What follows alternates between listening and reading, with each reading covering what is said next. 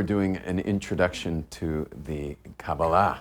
We're going to be learning about the source of Kabbalah, but not just learning the source. I want to go one step further and to talk about how we know Kabbalah is true. So we're going to put it together, both what's the source of Kabbalah and also how do we know this stuff's real? How do we know this isn't just a bunch of, mystical, I need a good word, heebie-jeebie. I want to say hugabaloo or something. Like, how do we know this stuff's real? And especially when Kabbalists, sometimes say things that affect our daily life. Like, for example, a great Kabbalist said we don't wear tefillin. A Torah commandment, we don't wear tefillin on a holiday like Sukkot holiday. You don't wear it all week. Passover, all week. We don't wear tefillin.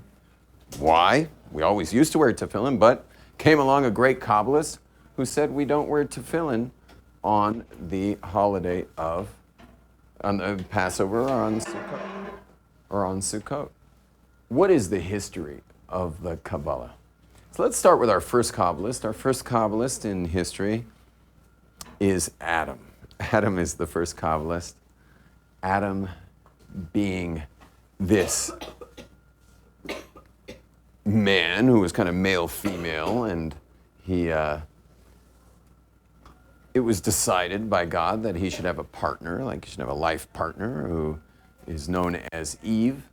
But before Adam even had this partner called Eve, God brought to Adam all of the created things and just brought them up to Adam and said, please name them. And Adam looked at the things and saw them and was able to name them. And the Torah goes on to say that whatever he named them was their true name. Like that was their name. What's that supposed to mean? Meaning every time Adam named something, he got it right on the nose. That's the name. A little bit of a strange thing that the Torah says that was its name. But the idea behind it is that unlike water, for example, like I'm drinking water here, unlike water, which comes from the Germanic Wasser, which has nothing to do with water necessarily. It's a code, it's a symbol. The word water is a symbol to make us think of this stuff. Whereas the Hebrew word mayim, Adam would have seen water and he would say mayim, that's mayim. Because mayim is the water. He would see a dog, they brought a dog, God brought a dog up to him and he'd say, Kelev, like a heart, loyal. It's the most loyal creature to human beings. There's no other creature like that. That's so loyal, it's Kelev. He looked up at the sun and he saw it and he says, oh, Shemesh. Shin is carbon, like shin is burning, like flames, with a mem in the middle, which is hydrogen, a burning ball of hydrogen. Shemesh. Yeah, he would look at the year calendar and Shana. The word Shana is Shin, Nun, Hey. Shin and Nun and Hey equals 3. Shin is 300 and Nun is 50 and Hey is 5. 355 is the lunar calendar. Shana is the lunar cycle. 355. So whatever Adam was looking at was the thing that he was looking at. He was naming stuff. How did he know? How did Adam know this stuff? And the answer is, he's our first Kabbalist. He was a Kabbalist. And what does it mean he was a Kabbalist? He was able to see from one end of the world to the other. That's what it said about Adam. He would see from one end of the world to the other. What does it mean to see from one end of the world to the other? See, for us, we think one end of the world to the other means he saw he saw from Jerusalem to the other end, which is, LA. If you put a pin through the globe, it comes to right off the coast of Los Angeles and the Pacific out there. Yeah, so if you ever want to know what's the exact opposite values of Jerusalem, just go look in Los Angeles, you'll see. Adam didn't see distance. What Adam saw was through the worlds, through the parallel worlds, which is what the Kabbalah talks about, is that our world down here, this physical world, actually has parallel worlds above it that are projecting, God's projecting a light through the worlds, just like this light's projecting over my head. So it's projecting through, And that light then is hitting these worlds, which are then ultimately creating our physical world down here. It's creating our physical world in this physical place right here.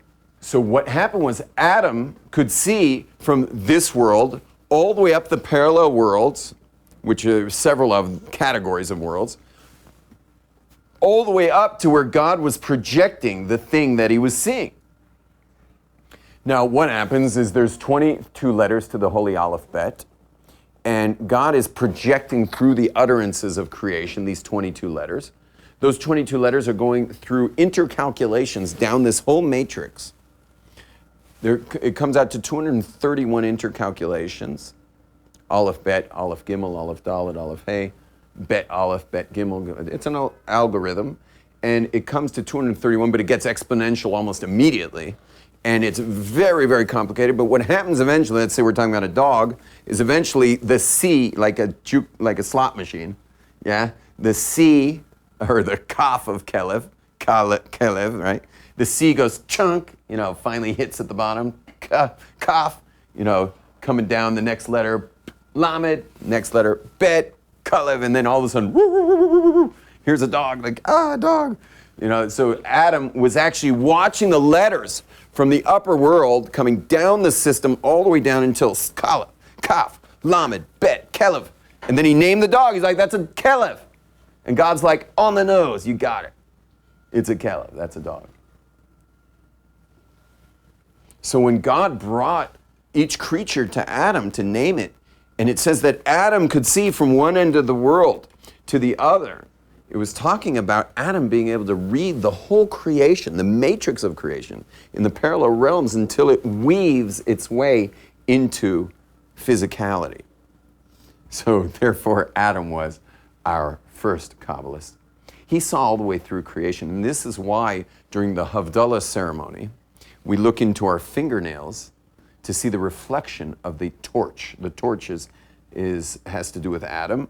And we look in our fingernails because our fingernails are translucent. Because to Adam, the world was translucent. At least until he ate from the fruit, the world was translucent. He saw right through it. And only after he ate from the fruit did the world go opaque. And he lost his Kabbalistic gifts, if you will. His ability to see through creation. Our next biggest Kabbalist is Abraham. Abraham was a heavy-duty Kabbalist, and he even left us with a book. Abraham left the world with a book in print for thousands of years now, called the Sefer Yetzirah, the Book of Formation, and it's all about how God formed creation. Sefer Yetzirah, the Book of Formation. And that book is it's been translated into many languages. It's even in English, but don't expect to understand too much of it.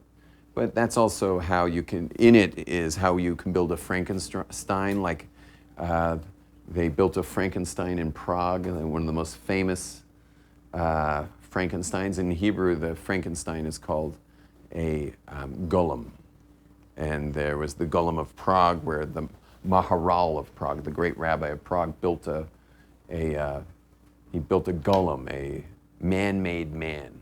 And we learn how to make this man through this golem, through the Sefer Yetzirah. It's the Book of Formation. So Abraham also was a very big Kabbalist.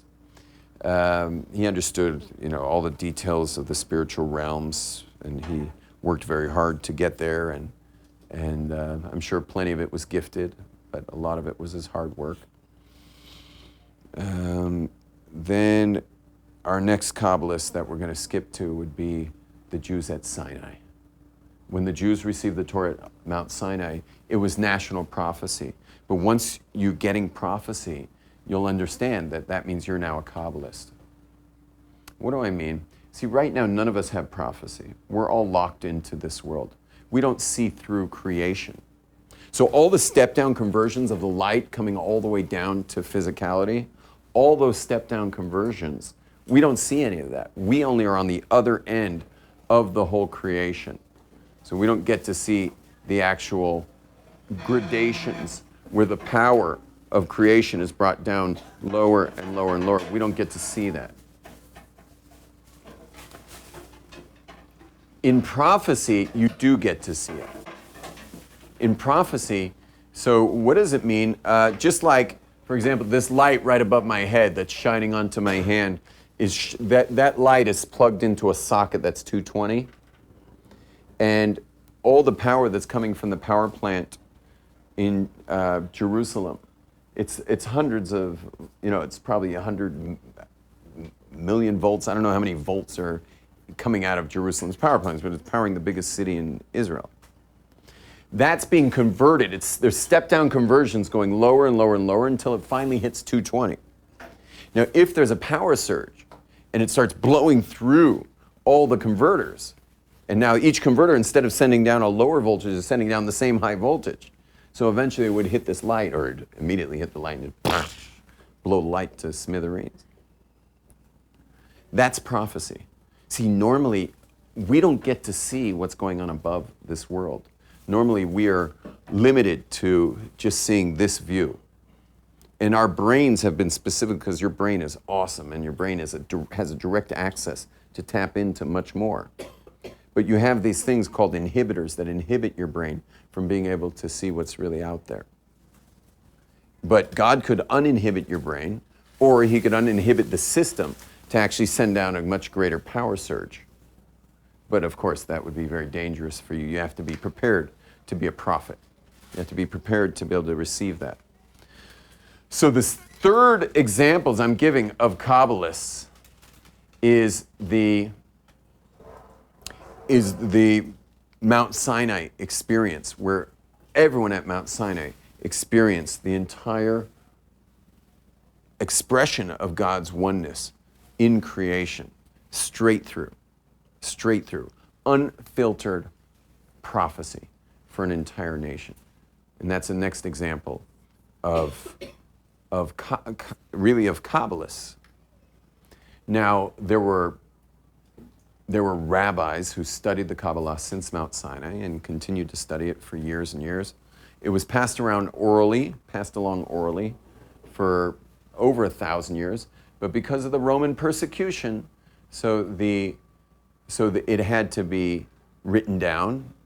Rabbi Shimon Bar Yochai wrote it down in this book called the Zohar, and it's very cryptic, it's very encoded, and that encoded message that was written by Rabbi Shimon Bar Yochai of all the dialogues of our rabbis, of the rabbis of the Mishnah.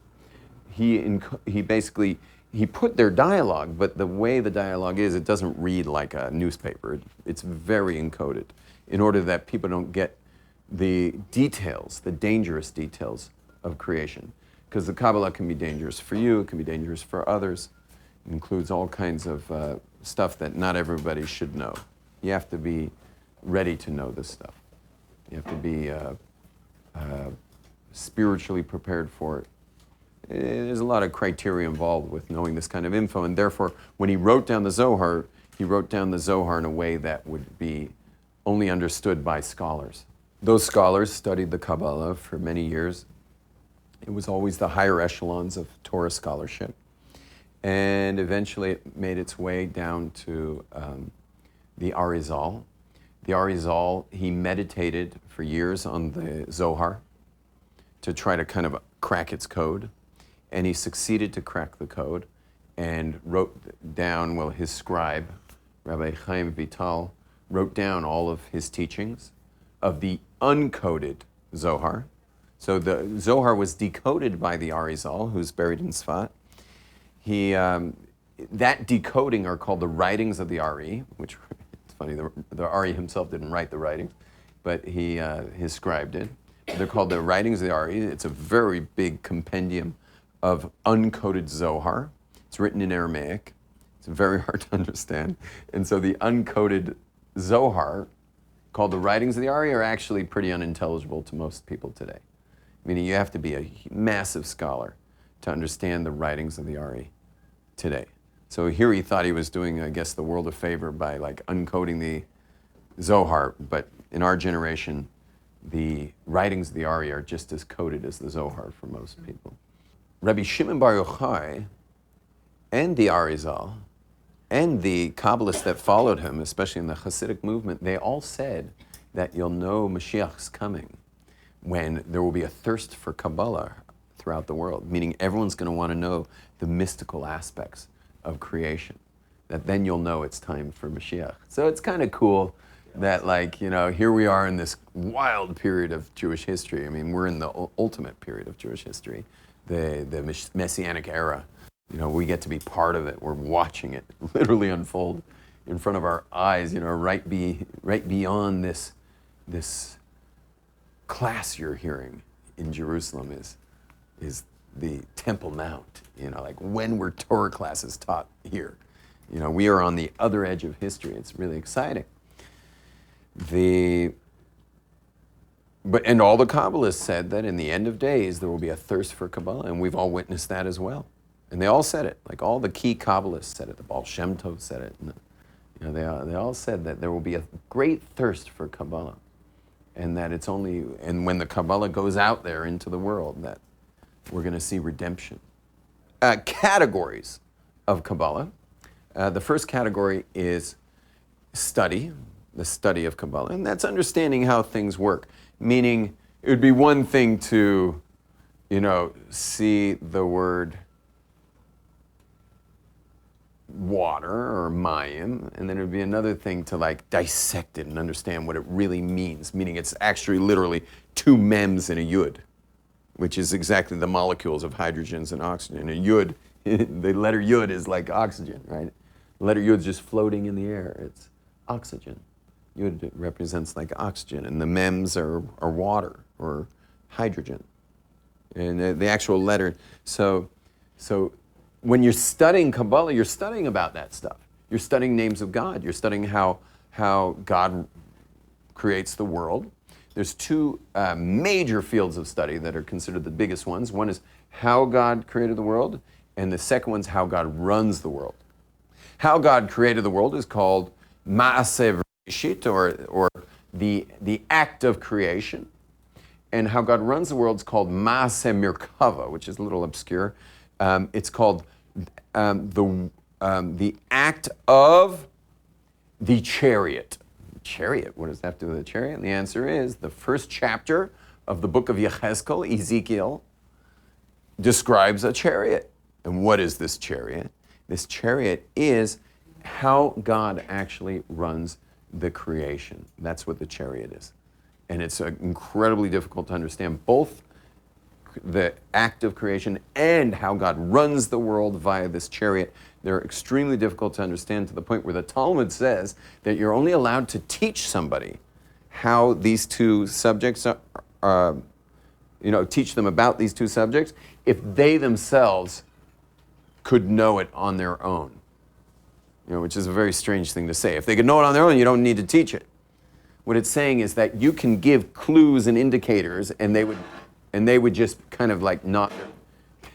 They would just kind of nod their head and say, "Oh yeah, I get that." You understand? Like, you know what I mean? Like sometimes you'll learn something and it's like you intuit it, and it's almost like the teacher's bringing it out of you, but it's really in you. You know what I mean by that? So that's what it's saying. Like, you can only teach the act of creation and the act of the chariot, or how God runs creation is the chariot. You can only teach those things to someone who it's intuitive for them anyway. They're on the level where they have this intuition. And so you're really just drawing it out of them. That's who you can teach it to. You're also only allowed to teach it to 2 people at a time, meaning it's done in groups of 3. Okay, to learn those things. But there's other categories of study. For example, what do things mean? For example, the tefillin. What are these black boxes that we're wearing? So the Torah doesn't describe that, but the Kabbalah does. Kabbalah goes into great detail, into every little law. Like, why does the tefillin have to be above the hairline? Why can't your tefillin be below the hairline? It has to be above the hairline. To the point where it's below the hairline, it's like you said God's name in vain when you made the blessing, if it's below the hairline. It has to be above the hairline because it's got, and so the Kabbalah teaches us it's got to be near the soft spot of the baby. because that soft spot is the window to the brain, to the cerebral cortex, to your frontal lobe of your brain. Because the frontal lobe of your brain, ready for this one? Because the frontal lobe of your brain is an atheist. I mean, what does it do, the frontal lobe? It's just billions of neurons that take in stimulus. Sight, smell, hearing, touch, taste. Well, that doesn't tell me God. When I touch this table, I don't know God. I have to make that shift and say, well, really God's in this stuff. But I have to make that shift inside my brain. So a Jewish man starts his morning with a box that talks about Hashem's oneness, Shema Yisrael, that Hashem is one. He puts that over this part of his head to perhaps impress upon him for his day that Hashem is all there is, and that's reality. So it explains the mitzvah. The same explanation explains mezuzah when you leave your house, to touch that mezuzah before you leave the house, because your home you can create as a sanctuary of godliness. Once you walk out into the city streets, other stuff's going on out there. And before you leave your house, you want to touch that mezuzah and just kind of go, walk out the door and just be like, this is all God too. Everything's God. And you want to use every mezuzah you see. You want to go head over to that mezuzah, touch that one. Okay, you're on your way to a business meeting. There's a mezuzah on that shoe store over there. Grab that mezuzah, go up, you just walk up Jaffa Street, kissing every mezuzah you find, just that way when you see the train drive by, you just be like, whoa, there's God in the form of a train. So, I just imagine the train going by with like a little face on it, just going like, hello, it's waving at you as it drives by. So the Kabbalah, the other form of study of Kabbalah is all the details of the commandments. What are all those things? What is each of those mitzvahs that we do? And also the prayer book, you got the Jewish prayers that we read. What do you think? These are like just a bunch of like things we got to make our lips busy with? Baruch atah this, Baruch atah that, and hallelujah that, and like, no, every word has a numerical value. Every word has an essence to it. Every word's taking you, every psalm of King David, you click on that psalm, it takes you to a whole website of discussing what it's really about, what's really happening in there. So it's going into all the details. You got a story about Abraham in the Torah. The Kabbalah is going to go deeply into what that's about. And what is even the name Abraham? And the fact that it equals, when you add it all up, it equals 248. Is that coincidental that there are 248 positive commandments?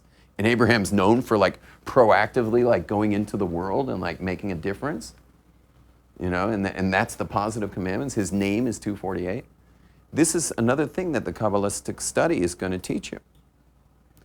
He's called Avraham. Well, doesn't that sound like father? And then it's the name is his first name was Avram. Then he gets this hay in his name. What does it mean to get a hay in your name? You see, Yonatan was Yonatan. Then he gets Yehonatan. Now he's Yehonatan. Sarah was Sarai, and she gets a hay, and that's Sarah. What are these hays people keep getting? Yoshua gets Yehoshua. Why do people keep getting hays? What are these hays all about? You go into Genesis and you get a small hay. Small hay in the second chapter. I think the fourth line of the second chapter of Genesis, you get a little hay. And it says, these, Elu told us, these are the products of creation. Bihi baram, in their having been created with a hay. Bihi baram. But it's a little hay in the Torah. Why is there a little hay? You're going to have to look at the Kabbalah to understand that. The Kabbalah is going to explain why is there a little hay. Should I tell you why there's a little hay? Yeah. Behi baram. So our Kabbalists have two teachings off that. One is don't read Behi baram, rather read Behe baram, that God created the whole world with the hay. Which hay? The final hay of God's name. His name is spelled Yud and then, right, Hey and Vav and Hey. That final hay is what God used to create the world. So it says, these are the products of the heaven and the earth.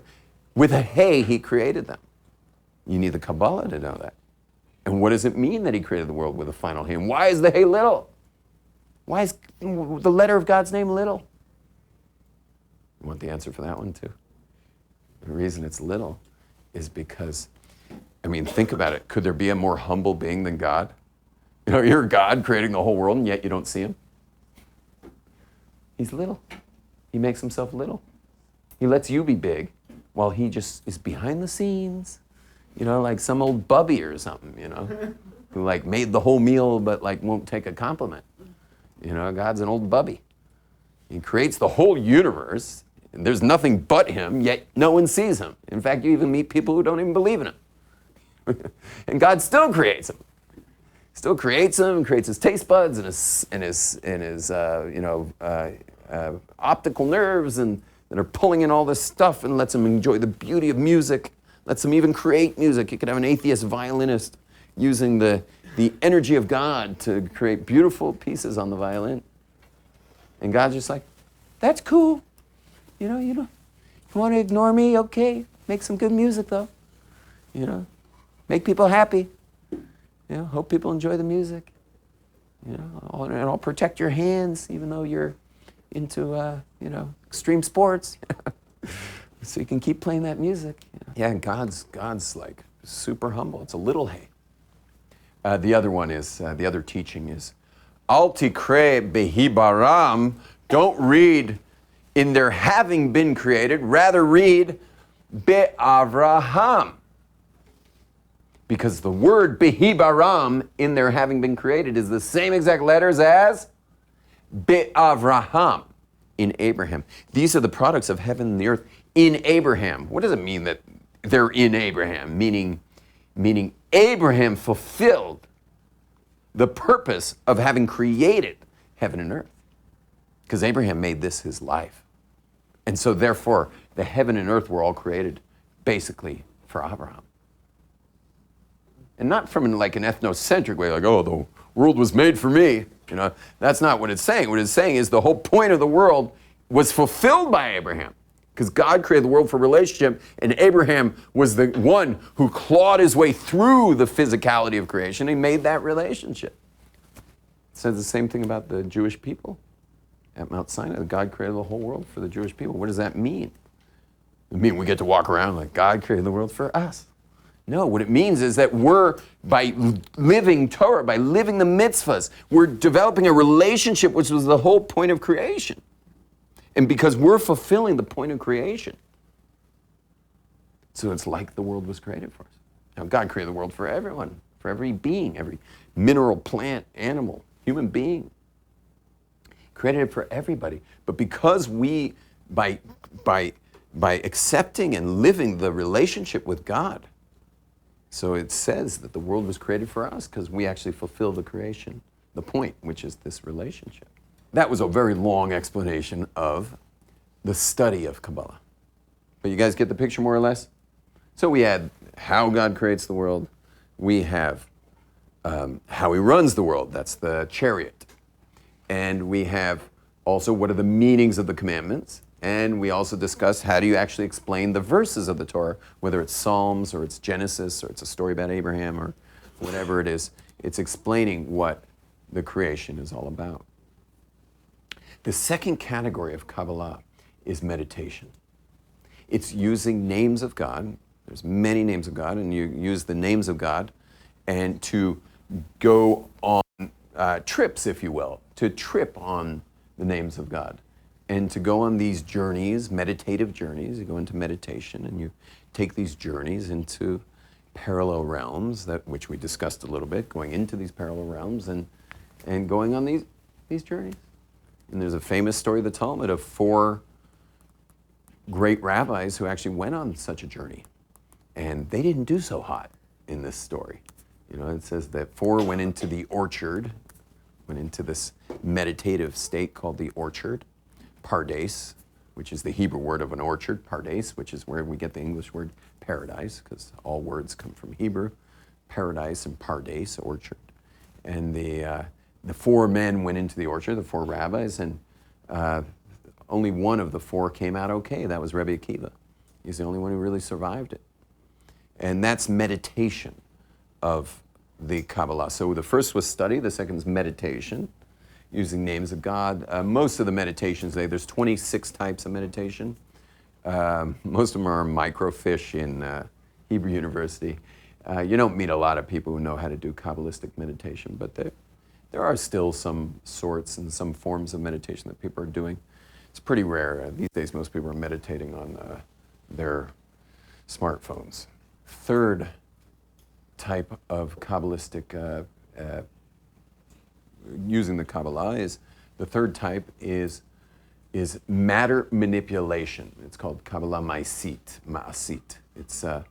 It's actually using the names of God that you might have been meditating on to manipulate matter, to actually like bend spoons, if you will. I mean, not that a Kabbalist would ever bend a spoon. I think God would probably go like, if a guy's doing tricks with Kabbalah.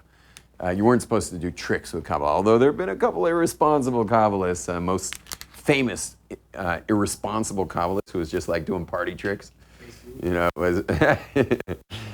could be JC was doing party tricks, but the biggest, most famous in Jewish history of the party trick Kabbalist was a man by the name of Shabtai Tzvi, who lived several hundred years ago in Europe.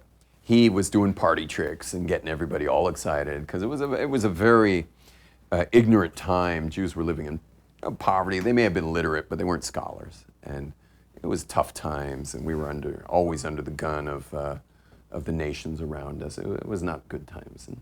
And comes along Shabtai Tzvi to like save the day with his little poof, and using God's names for all this stuff.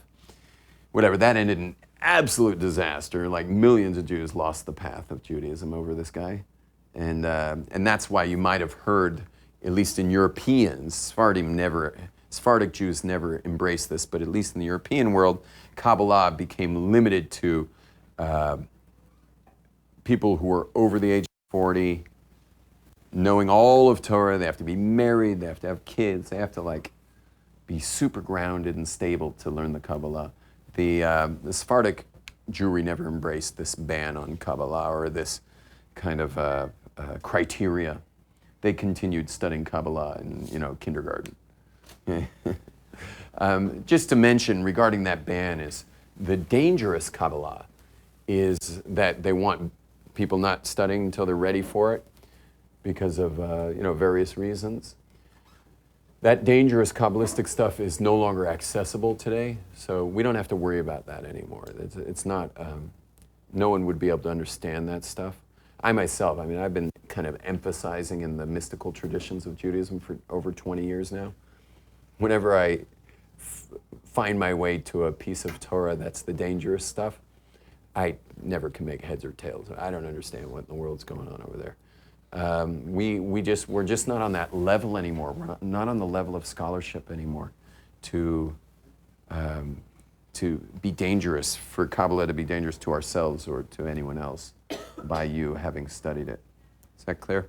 So we don't have to worry so much about that ban. Matter manipulation was used also responsibly, most notably, and this is a little controversial because a lot of people want to deny this happened, but the first pope was actually a Jewish scholar. And this first pope, who was this great scholar, he was not a pope, he was a rabbi living in Jaffa. He was a fisherman. And to this day, the pope wears a ring that has a fisherman on it from this first pope. But the first pope was actually just a great rabbi.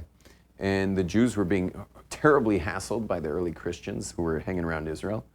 And he had an idea. He says, if you give me permission, he went to the sages. He said, if you give me permission, I would like to go to the temple and ask the Kohanim for certain names of God that only they're allowed to use. And I will use them, create miracles, get all the Christians excited about it, and then move them out of Israel. And he says, but I'll do it under one condition, that the punishment for doing such a thing will fall on all of us. I don't want to take all the blame. Meaning I'll be the fall guy, but we're sharing the punishment from heaven for using the names of God for this. And they agreed. He went to the temple and he got the names from the Kohanim, and he started doing acts of wonders for the early Christians. And when they all got like kind of rallied behind him, he says, we're moving to Rome. And everyone's like, what? And he says, that's right. It's the word of God. We're moving to Rome. And all the early Christians were like, Rome it is. We're with Bozo. And they all went to Rome. This was 2,000 years ago. It's the time of the beginning of Christianity. And they moved to Rome, and he became known as the first pope. I'll give you one more example, and that is a group of Kabbalists used the names of God for rain during an extreme drought about, I could tell you exactly how many years ago if I knew any math, but it would be, this is the 6th year of the Shemitah cycle, and it was 7 years ago, so it was the 6th year of the previous Shemitah cycle. We needed rain really bad. Israel just did not get any rain.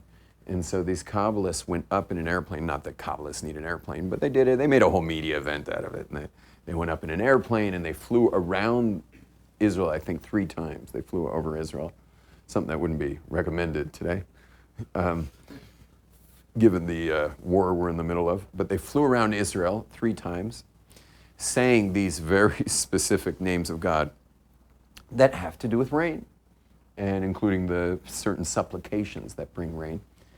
And lo and behold, satellite picture, clouds form over the land of Israel. There was no rain in Europe. There was no rain in north of us, nor the rain in Turkey. None of the rain even went over to Jordan. Literally clouds just formed. By the time they got back to their cars from the airplane, it started pouring rain. I'll never forget the day. And it was pouring rain in Israel. It was in the news that they were doing it. And I remember, because I flew out into that storm, I'm like, oh great, now I got to die because of these Kabbalists storm here. I took off in the storm. And when I landed in New York, I called my wife right away and I was like, honey, is it still raining? And she's like, it's raining, cats and dogs. It was still raining. And it rained for days. And the rest of the winter continued raining properly, but that was like 3 days of just of a downpour that these Kabbalists pulled off. Because the same group of Kabbalists did an exorcism also in Dimona, where our nuclear power plant is. There was a possession there, and they did this was also live Israeli television, an exorcism on live television. And yeah, actually a lot of people became observant over that while watching that. They're just like, there must be a God, watching the, exorcism going on down there. And this lady had a man's voice, and she was like, it was like trying to strangle her from inside. It was her. How do we know this Kabbalah stuff's true? We're going to close with that. How we know the Kabbalah is true. How do we know this stuff's real? And the answer is very simple. It's just a little bit of you have to know a little algebra. Okay, a little algebra, because if A equals B, then and B equals C, then A equals C type thing. So it's like this. I think the real question that one has to ask or get an answer for is the Torah divine? If you know that the Torah is divine, you already have your answer that the Kabbalah is real. Let me explain why. You see, if Torah is divine, if you say the Torah is divine, so now you have a book that's from God, okay? It's totally divine. Well, if you look in the Torah doesn't explain how to do the mitzvahs. It keeps saying, do this, do that, do the other, but it never tells you how.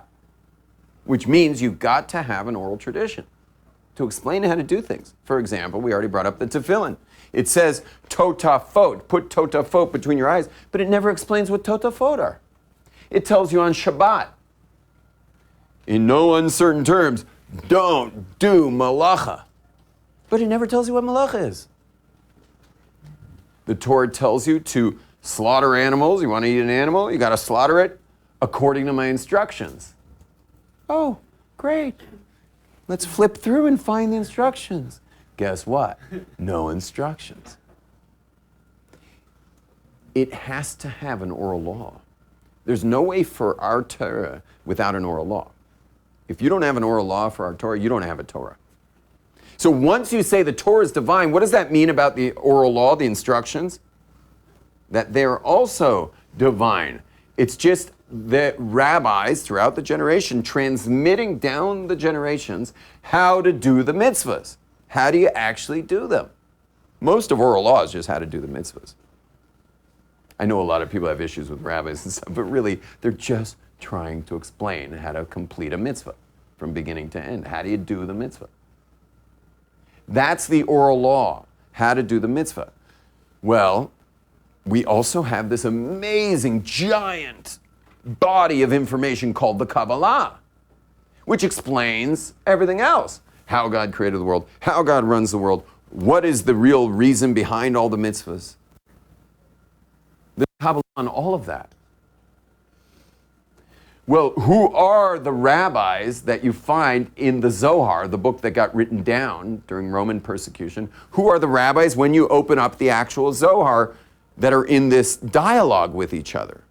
And the answer is the same exact rabbis of the oral law that tell you how to make a pair of tefillin or how to keep Shabbat or how to slaughter an animal. One-stop shop. It's the same dudes.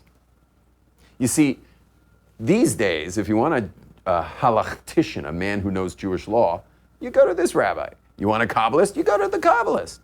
In those days, one-stop shop, it was the same guy. It's the same exact guy. So when you open up a Mishnah that's telling you how to build a mikveh, or how to make a pair of tefillin, or how to keep Shabbat, or how to slaughter an animal, when you open up the Mishnah, it says Rabbi Meir said this, Rabbi Akiva said this, Rabbi Shimon said this, Rabbi Tarfun said this. When you open up the Zohar, guess how it reads? Rabbi Akiva said this, Rabbi Shimon said this, Rabbi Meir said this, Rabbi Tarfun said this, Rabbi Ishmael said this, Rabbi Hillel said this. It's the same names. It's the same exact people. So if you're going to trust them for how to keep Shabbat, if you're going to trust them for who is a Jew today, if you're going to trust them for how to make a mikveh and how to judge when someone should get in that mikveh or not, if you're going to trust the rabbis on all of that, which we trust them for all of it, even that you're a Jew today is only rabbinic. We only understand that through the rabbis. The Torah doesn't define it. Everything is rabbinic. So if you're going to trust the rabbis for you being a Jew today, it's the same rabbis who teach us all these amazing mystical secrets of creation. It's the same dudes. One-stop shop. Sorry to call rabbis dudes, but I think these days it might have a little more street credit to call them dudes. But it's one rabbi dude, okay? It's one-stop shop. It's the same rabbis that taught us the Mishnah, meaning the oral law of how to keep the written law, is the same rabbis who taught us the mystical secrets of the Torah. So throughout history, we have the written law. It starts at Sinai, comes down all the way through history. We have it till this day with almost no discrepancies on how to write a Torah. I think there's 5 letters that are in dispute. 5 letters. That's radically accurate. Incredible transmission. And by the way, none of those 5 letters make a difference in the meaning. So it's not even like, it doesn't even make a difference in the actual meaning of those words. Coming down all of tradition is the oral law, how to keep the written Torah. And coming down all the generations is the Kabbalah. It's the 3 pillars of Judaism. The written law, the oral law, which splits into 2. The law itself, and then the Kabbalah, the mystical aspects of Jewish life. And so for us today, our job is to study the Torah, but we want to study as much as possible, so we want to study the written law as much as we can. We want to understand the written law via the oral law, and we also want to understand what it's all about. Today, there's a great thirst for it. People aren't willing to just keep Judaism without knowing what it does. What is it really connecting me to? Today, we all want connection. And the Kabbalah means to receive a relationship, to receive connection, to connect to God, to make Judaism a spiritual practice, not just a bunch of rituals, but to make it spiritual, to take the spirit of the Kabbalah and infuse the rituals with it. And then Judaism is a truly spiritual tradition.